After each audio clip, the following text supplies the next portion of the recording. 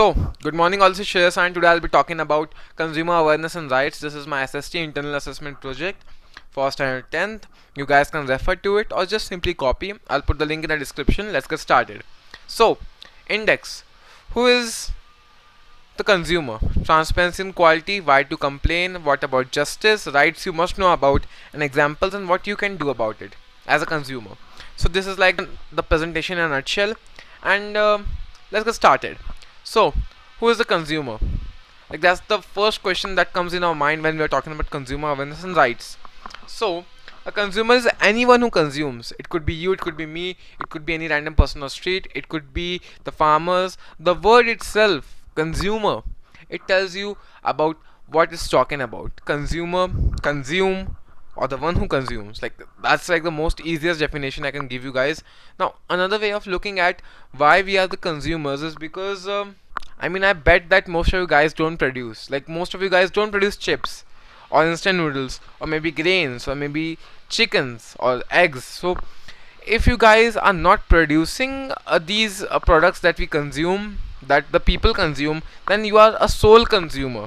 Even though we might help in production indirectly by buying the product, it does not mean that we are the one producing it. We are indirectly linked, but we have no direct relation with the production, and that's why we are the consumers.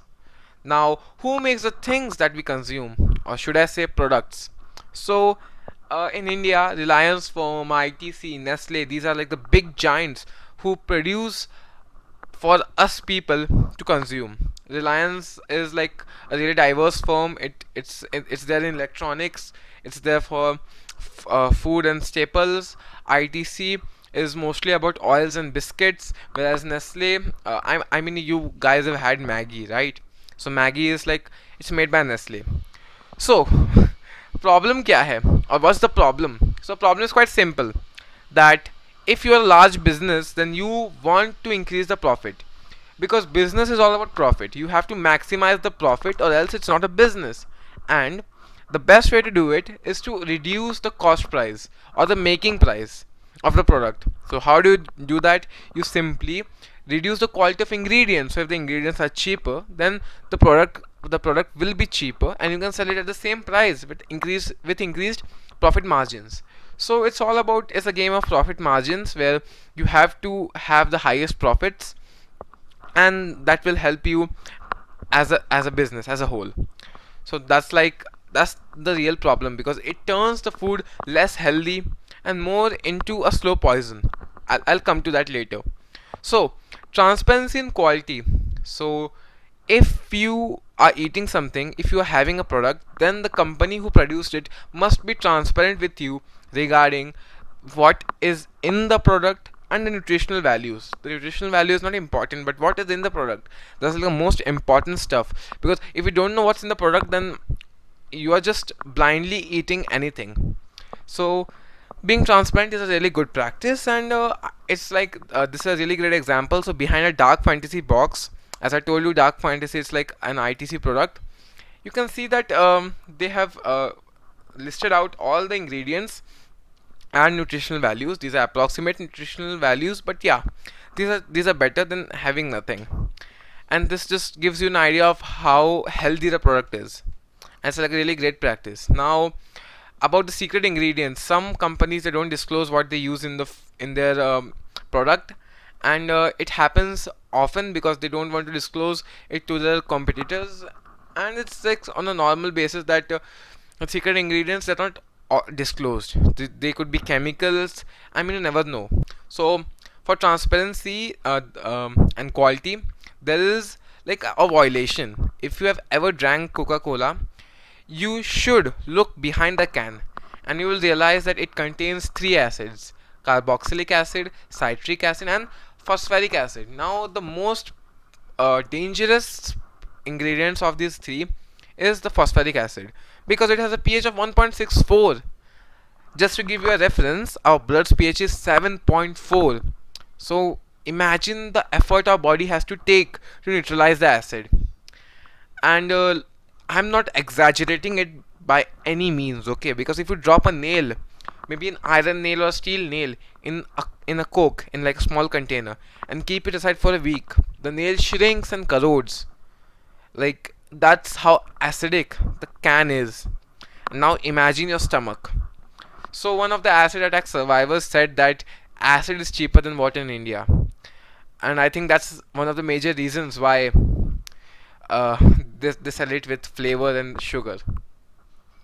Now let's talk about shrinkflation. So it's like a violation of transparency because they slightly reduce the quantity of the product so that the consumer don't understand anything and keep the prices same. First of all, it's like a really bad practice because the consumer are unaware of the quantity change and they're paying the same expecting the previous quantity, but they don't know that the quantity has drastically been reduced. And the example could be this Pringle chip, where this is like this chip is quite big, quite thick, and if you look here it's like it's quite smaller. So that's the shrinkflation. That's like the concept of shrinkflation. And in the last years I've seen it happen like on countless occasions where chocolates have been shrunk, the chips in a packet they have been reduced, they have replaced it with more nitrogen so the packet looks bigger with less chips, and it's like a common practice. So now the lead scandal by Maggie noodles, this was like a famous one in 2015 where Maggie was said to have twice the amount of lead permitted by FSI, and it also had a lot of various other ingredients like MSG and harmful chemicals, but lead was like the prominent one. And I think this case it went on for a few years, but Maggie was only banned for like 3 months, and after that I don't know, they came back to the market, and now you can find it again in any kirana mart and maybe in any supermarket. They are freely available. So I don't think that it actually had an impact on Maggie's reputation or sales in any way. And it says taste be, health be, and I'm like, yeah, sure. So this is business because again you don't let the people know what you're using in the food, and that's the most disturbing part. You don't even know what you're eating. You can't even trust these companies because if you look behind the ingredients, you will never find lead as an ingredient, and the rest is up to you. So why to worry? Because companies, for their profit, cut costs with replacing expensive ingredients with cheap alternatives, which turns the food into poison. Now it's not a fast poison, but it's like a slow poison. It will kill you over a span of 30 years. It won't kill you in one day. And then there's this ingredient called MSG, or monosodium glutamate, or Ajinomoto. It's like a really disputed ingredient, and it's used widely in Chinese. And the problem is that this ingredient, it causes headache, nausea, vomiting, and indigestion, and a hell lot of complications.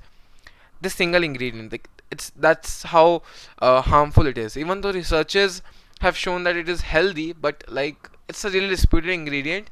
So I would encourage you to not have or eat this particular ingredient, because again it's not clear that if it's dangerous or not. So why take the risk? Moving on, why to complain? So this was like the whole a section. Now why to complain? So if faced with scenarios or problems needs to be complained against, then you can go on the consumer helpline portal online, or you can just call on this toll free number 1800 11 4000 and tell your problems to the representative, and he will file a case.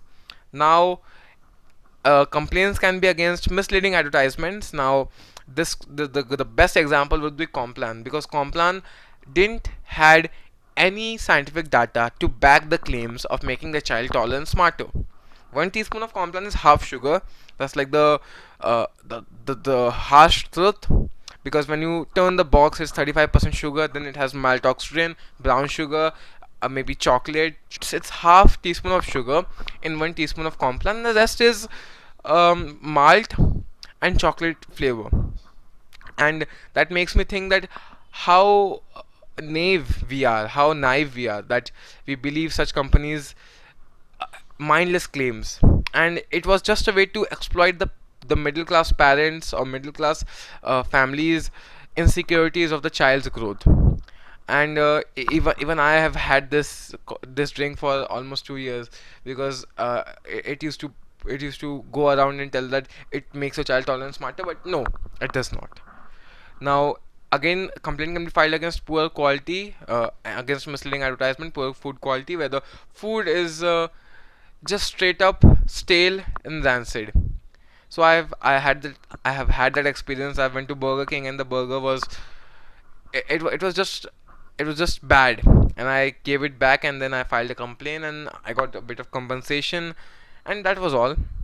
Now, unsatisfactory quality. If the food has weird taste, if the food tastes funny, if the product is found unusable, then you can file a complaint against it, and you will get a bit of compensation, and maybe you will get a new product. Like, that's how it works. Now, what about justice? So, after complaining, how much time does it usually takes to get resolution? Well, the answer would be 30 to 120 days. On simple cases, you get it takes around 30 days, and if we look at complex cases, it takes around 120 days to get resolution. But yeah, you do get resolution. Justice process has been sped up enormously, which in turn results in quicker resolution, because previously it used to take a really long time to get resolution on even a simple case, and in a country of 150 crores, you cannot expect it to happen in 2 days. So that's all. Now, rights you must know about. As an Indian consumer, you have the right to protection from all types of dangerous goods and services, the right to be totally informed about the performance and quality of all goods and services, right to free choice of goods and services, right to be heard in all decision making processes related to consumer interest. Whenever consumer rights have been violated, it has the right to be readdressed, right to complete consumer education. These are like the six rights, and it's the end of textbook.